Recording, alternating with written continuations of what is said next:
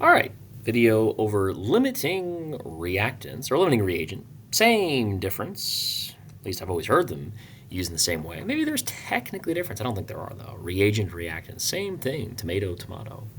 In any case, another step in a stoichiometry problem that is pretty common. Something you'll see a lot in a chemistry environment is that things run out. A limiting reagent, a limiting reactant, means something is going to run out. I can have ingredients to bake a cake, eggs, vanilla extract, flour, sugar. Eventually, I run out of something. It's very unlikely, right, that I'm going to run out of all of those things at the same time. Like the last cup of flour, the last teaspoon of vanilla extract, the last egg. That's unlikely. You're probably going to run out of eggs and say, I need to go to the store and buy eggs. And I guess you have to mortgage your house because they're pretty expensive right now. But you get the point, right? You're going to run out of one thing. Limiting reactant is what runs out first, and you need to know which one runs out first. That's critical. Okay, so hopefully you're saying, yep, I got that. In order to do it, we do need to figure out the reaction first, right? I need to know what is reacting. So sodium chloride is NaCl, right? Reacting with fluorine gas. Fluorine is a diatomic, so when it's by itself, it's 2. It's a single replacement reaction, so we're going to swap the fluorine for the chlorine because those are the anions. So I'm going to get NaF, sodium fluoride, found in toothpaste. And we're going to have some chlorine gas left over. Okay. This is a dangerous reaction. I mean, you trade one really poisonous gas for another really poisonous gas. Okay. Literally, in this case, pick your poison. Don't breathe, though. Kill you. Don't do that. Got to balance this then. For balancing it, 2 chlorines. Let's get 2 chlorines here. 2 sodiums. Hey, let's get 2 sodiums here. And we are balanced. Okay, not that bad. Molar masses, we need those. I also switch colors, right? So NaCl. This is like 58.44, if I remember correctly. 58.44 grams per mole. Fluorine gas, F2. It's like 37 point something. Let me just get the exact number. Might as well. 18.9, oops. 18.989 times 2, 37.978. 37.978 grams per mole. Kind of running out of space here. Just keep. It's not a humongous. I really should make the bigger screen here, right? So you'll easier to see. But anyway, 37.978 grams per mole. NaF molar mass is going to be. Let's see. We get 41.979.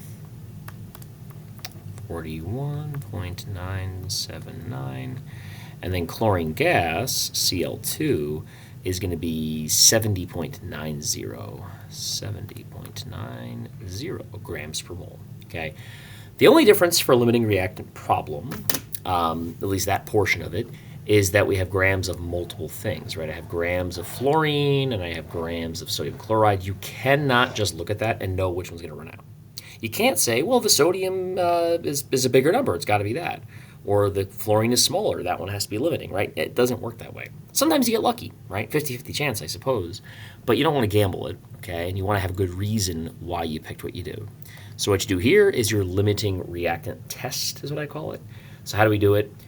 Just like a regular stoic problem, we start with what we're given. So I'm going to pick this one first. It doesn't make a difference. 43 or 45.32 grams of sodium chloride.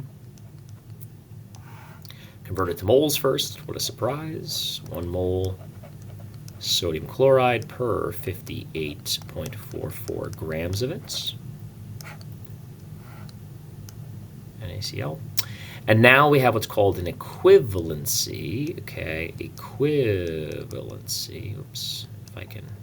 This pen is not the best. I should probably get a nicer. Well, I don't know. I think you can still read it. But it's probably just my handwriting. I don't know. One equivalency. Equivalency is basically, think of it as for the reaction to happen once, how many moles do I need of the substance in question? So the substance in question here is the sodium chloride, right? That's what I'm starting with. So it says, hey, there's 2 moles in the reaction. Okay. Basically, we're doing a stoic problem, except instead of converting to moles, I'm converting to equivalencies. And that basically is how much the reaction can have. How many moles of the reaction. It's kind of weird, but basically it's the reaction can happen this many times. Okay, if it's going to make 1 mole of a substance, 2 moles of a substance, an equivalency would be how many times can I do that? It's like making muffins. If a recipe says it makes 12 muffins, an equivalency would give you 12 muffins. 2 equivalencies would give you 24 muffins, and so on and so forth. Okay? Hope that makes sense. It really doesn't matter whether you remember what it is. What matters is what you get for the number. So we do our math, and we're going to get a number. And I get, let's see. Let's find out. I get 0.388, we'll say, rounding to the thousandths place. So 0.388 equivalencies. I'll just do EQ for short. This number doesn't mean anything by itself. And you're probably like, why did you make me do it then? Because when we compare it to the next number, then it will matter. Okay, so now I did sodium chloride first. Now I get to fluorine next. I have 29. Oops. Sorry about that. I have 29.23 grams of fluorine gas, F2. Molar mass we said was, so 1 mole of fluorine is the same thing as 37.978 grams of fluorine. And 1 equivalency, I'll say 1 EQ for short, okay, is how many moles of fluorine? Well, it's a 1 in front, right? So per 1 mole of fluorine. Okay, and this gives me, let's find out. So 29.23 divided by 37. Oops, let's try that again, 0.978. And I get 0.7, this would be 770 if you round to the thousandth place. Okay, equivalencies. So now you compare these numbers. There's only 2 given. You could have a reaction that has 3 reactants, in which case you might have to do this 3 times, right? But at the end of the day, you're looking for which of these numbers is smallest, and hopefully you're saying, ooh, I see it, this one. Okay, that's obviously smaller. It means this one's going to run out first. It means if I did the reaction with all of the sodium chloride, I'd only get 0.388 equivalencies, which is less, obviously, than 0.77. It's going back to the idea of baking brownies or cookies. An equivalency would be, let's say, 12 cookies, right? 1 recipe would give 12 cookies. It's an equivalency. In this case, I'm not even getting 12 cookies. I'm getting 0.38 of that, which is like, I don't know, 4.5 cookies, right? If I did it with this ingredient, I would be getting somewhere in the neighborhood of like 9 cookies or something like that, right? The point is you would say, well, this is going to run out first then, right? And that happens to be the sodium chloride. So what this means basically is I'm going to basically ignore the grams of fluorine. I'm basically going to say, yeah, who cares? I know I'm not going to use all that. I'm going to have extra. So we would call this then, we would say that this number, the small number, that tells me this is the limiting reagent. Limiting reagent or limiting reactant, same difference. Reagent. And then the other one, the larger number, and again, there can be more than one, okay? There can only be one limiting reagent, okay? There can be many what are called excess reagents. And the names make sense. Excess as in, hey, we're going to have extra, okay? So if I do my calculations correctly, I should find a number for the grams of fluorine that is less than that, 29.23. It's possible, in theory, for it to be exactly the same. That's unlikely, okay? They would both be limiting in that case, and that's a very specific niche situation, aka I wouldn't worry about it too much. And if it happens, you say, oh, look at that, it happened. It's not like it's impossible. It just becomes a weird one, I guess is what I would say. It's like flipping a coin. It's possible the coin lands on its side and stays there. It's just very unlikely, and you're going to be kind of surprised, like what's going on. In any case, now how do we proceed with this? It's simple. We just do the Stoic problem. And to make things simple, I have to erase this because I'm running out of space, as you can see. I'm going to erase this one. I'm not telling you to erase it. You should keep your work, of course. But this, I need the space. So what I'm going to do then is I'm going to erase this, and I'm going to keep most of this except get rid of this part right here. And you might say, why is that? I'll show you. Because the sodium chloride is limiting, I'm going to keep working with it. Okay, so again, don't erase what you have. I'm just for space purposes, I'm doing it. I want to convert to fluorine first. Technically, you don't have to do this. The reason I'm doing it, and and the reason I recommend you do it, is because it allows you to instantly sort of kind of check if you picked the right limiting reagent, right? So you're saying it's sodium chloride, so let's do fluorine first because we can instantly check and see if we're right, or at least if we're fairly certain we're correct. Notice this is exactly like a Stoic problem now, right? Grams to moles, moles to another mole, another substance.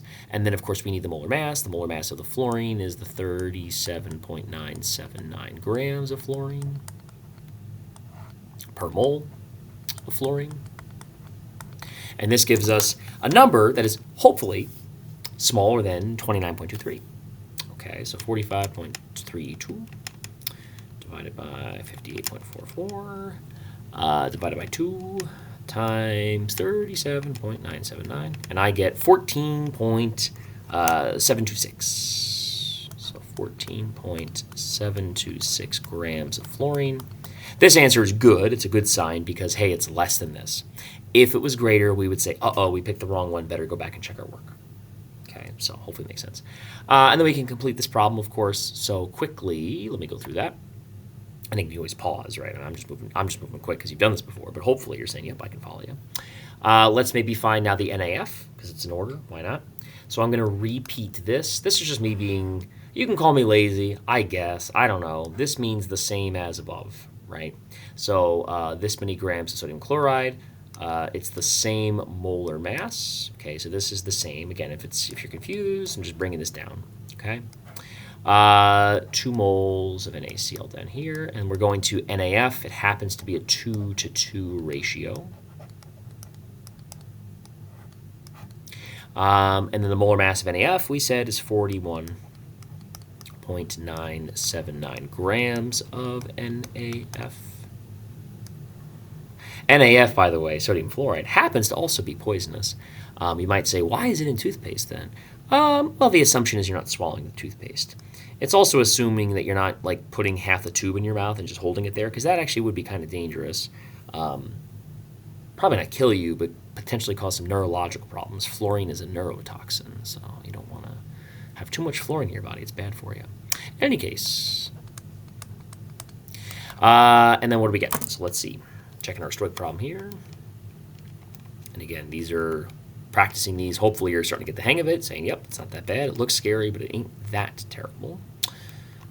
41.979. And I get 32.555 in this case. 32.555 grams of NaF. Looking at this, I can tell you, let's see, rough estimation, we're looking at approximately somewhere in the neighborhood of, that's going to be like 27.455, I think.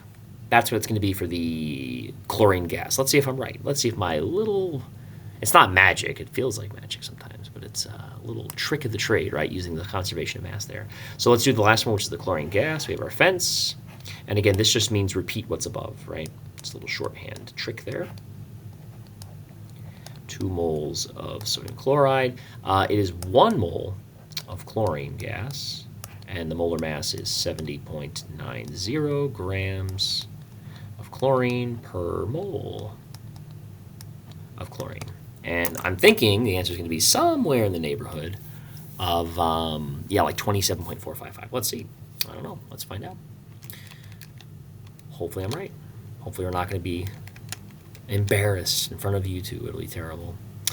Let's see. Times that. Times 0.9. There we go. 27.491. 27.491 grams. And hopefully you're saying, okay, that was really close. How come it's not perfectly what you had said? We've been rounding, right? These answers are rounded to the 1,000th place. In theory, when I add the grams of products together, I should get the exact number, the exact same number, of course, as the reactants added together. And that number happens to be about 60, right? Very close to 60, okay? So I'm like, oh, I can estimate it. And again, you could double check this to make sure, but yeah, it looks good to me. So hopefully it makes sense. Limiting reagent problems, you just have to do that test first. That's it.